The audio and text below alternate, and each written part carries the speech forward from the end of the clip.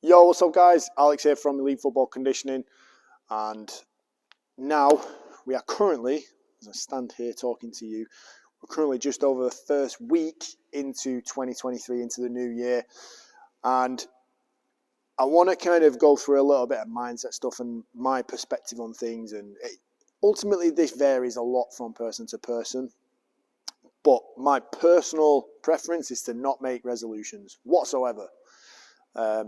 I think if you feel like you're actually living on the right path and you're doing things the right way, you don't need to completely change anything. If anything, it's about making minor tweaks, minor improvements. And if you are in a performance sport, if you're an athlete, if you're someone who's simply trying to live to a very, very high level, then you should be constantly doing that all the time anyway, whether it's through daily journaling, like looking back at your previous month and your habits.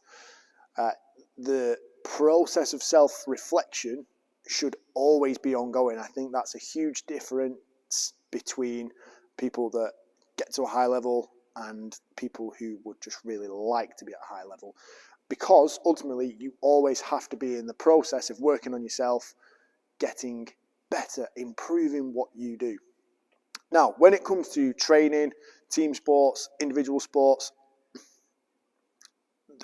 there's a lot of thought process around just being 100% better at everything, and the tendency to attack everything all at once, especially when you're into a new training cycle or into a new year, into a new season. The hunger and the desire to ultimately be at the top can quite often overwhelm a lot of people. So what I would recommend, rather than making wholesale changes, rather than going, I'm going to do this, this, this, and this completely from scratch, have a look at what you already do. What are you already doing right? What are you doing well? What can you improve on and make even better? How can you just get 1% more or 1% better at some minor things? And maybe there is a new habit you want to bring in to your daily routine, to your lifestyle. Personally, I think there's always something that we could do that's new, different, better. So have a little think. You might need to think outside the box. If you have embarked on a new training plan, or if you're working on things from scratch, and I know from personal experience that a lot of footballers don't necessarily like to spend much time in the gym, and that's cool. However, it is one of those places where working, especially through the season and especially through a busy period such as Christmas, or if you're in a period now where games are being called off quite frequently because of the weather, I know that's something that my team have been through, and it means that we're going to have a massive pile up of fixtures further down the line. What you need to be doing is getting into the gym to make sure your body is capable of handling the stress that is going to come its way, or that is currently right in your path. Now, ways of doing that, there are ways of training, there are ways of working around it, and it's not about doing tons of reps, it's not about doing loads of speed work, it's not about doing mile after mile of running, because you're already getting a lot of that. What we're looking to do is compensate from your current overactive movement patterns and musculature, body parts, and break that down so that it's having tension relieved and it's able to actually recover and adapt. So as your season goes on, I say this all the time, you should become more and more adapted and suited to your sport. What we need to do, what I need to do, my job is to make sure that you do not break down in the process. Now, I've gone through a few methods previously. I've gone through some, I think one of my videos previously has been leg strength training through the season, the use of heavy sleds, making sure that you're pulling to get your leg strength working so that doesn't damage your legs. Might cause a little bit of fatigue in the moment, but it will not be an issue when it comes to game days. Making sure you're still getting enough gym training time and you're keeping on top of your strength, because that's going to keep you ticking over through the season. One of the other methods that I really like to implement, and I'm currently using a lot myself right now just to build some foundational strength for more plyometrics and to be able to jump even further, even higher, run faster, is the use of isometrics. So holding a specific position for a prolonged period of time. And it's something that we can use with learning new movement patterns, for example, teaching start position. So I know I've gone through this before in terms of the patterns that you want to hit. Let's say if you were doing a wall drill, if you're leaning into something, you're going to be punching that knee through, you might want to hold here, get strong in this position. We can use those isometrics to overload the nervous system and build in that positioning so that we know where we are in time and space at any given moment, and then we can put the movement into context with sport and acceleration from there. So using isometrics in your training basically adds time under tension to the muscle, to the tendon, without causing the damage. So a lot of the damage is always done on the eccentric part of the movement. So when your muscle is actually lengthening under tension, by this I mean if you're on the downward phase of a squat, that's when the tension, that's when the damage is going to be done to your quads, to your glutes.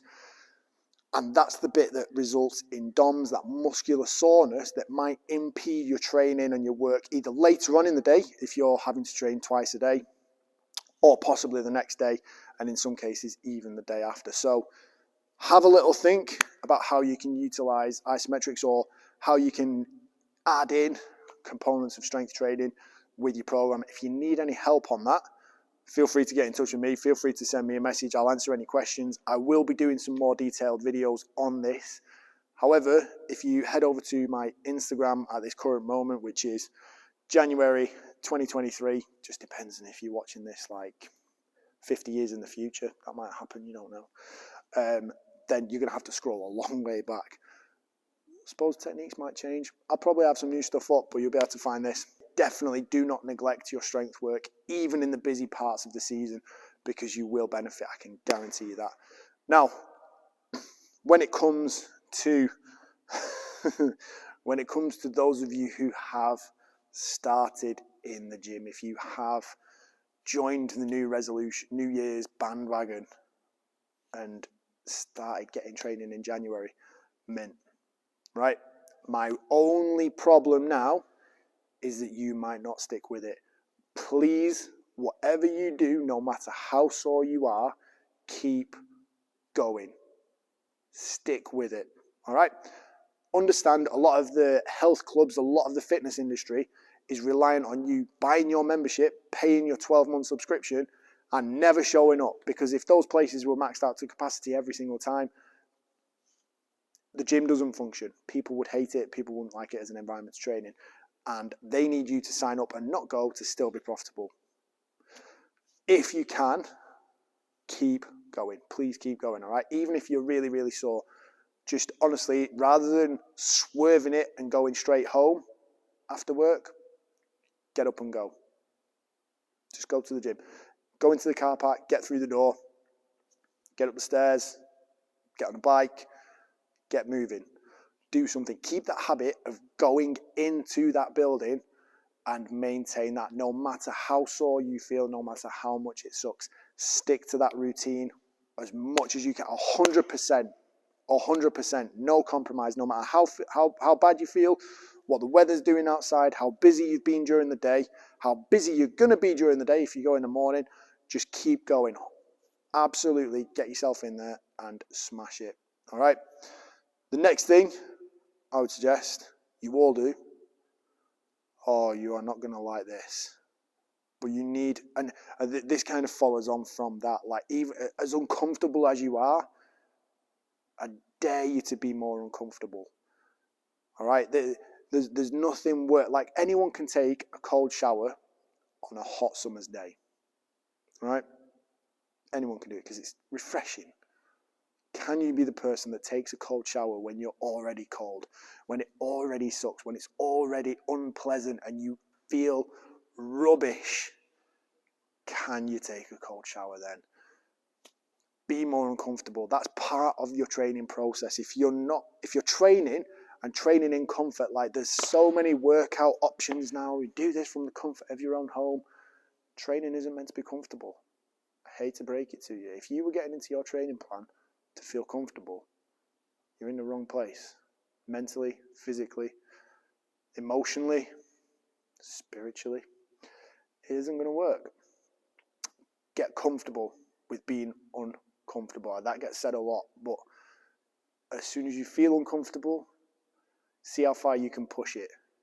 Promise you, it will be worth it, all right? So, when it gets cold, get colder. When you get out of breath, go further, push harder, get even more out of breath, exhaust yourself, test your limits. Go and find out where they are. You only know when you've gone too far, when you go too far. Find out what that point is. Now, I don't want to just say, when it gets hard, see how far you can go and then not give you any advice on how to actually do that. What I want you to do, what you need to do to be able to push through that wall and break through those barriers that are going to stop you from digging in when it gets really tough, is understand that the process isn't enjoyable. It's not meant to be enjoyable. The process of change is always going to be tough, challenging, hard, miserable. You're going to want to quit. You're going to want to stop. You're going to want to backpedal. You're going to want to take the easy route.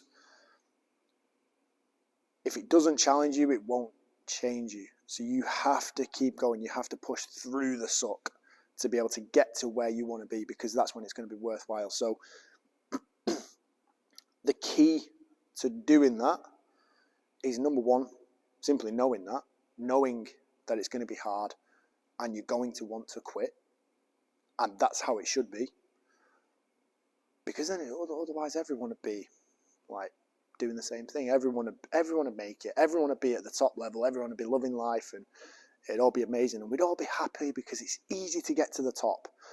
Not how it works. There's a reason the elite level athletes are at the top, and it's because they do the work, because they go further than anybody else. They push harder than anybody else. So understand that it's going to suck. Then simply focus on your end result. What's your outcome? That's all you need to know. That is all that is going to carry you through.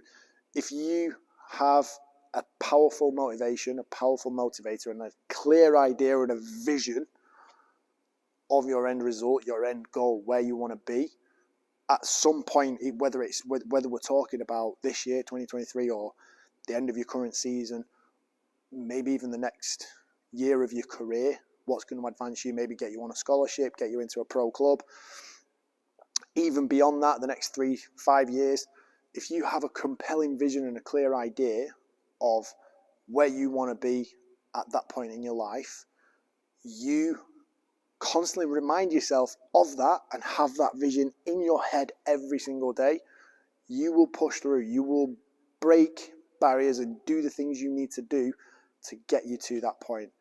All right? That's the key to it. So know it's going to hurt. Understand why you're hurting and see if you can hurt a little bit more. I promise you'll be worth it. Let me know your New Year's tips, your New Year's resolutions, your New Year's improvements, your goals for this year, this season. And let's get after them.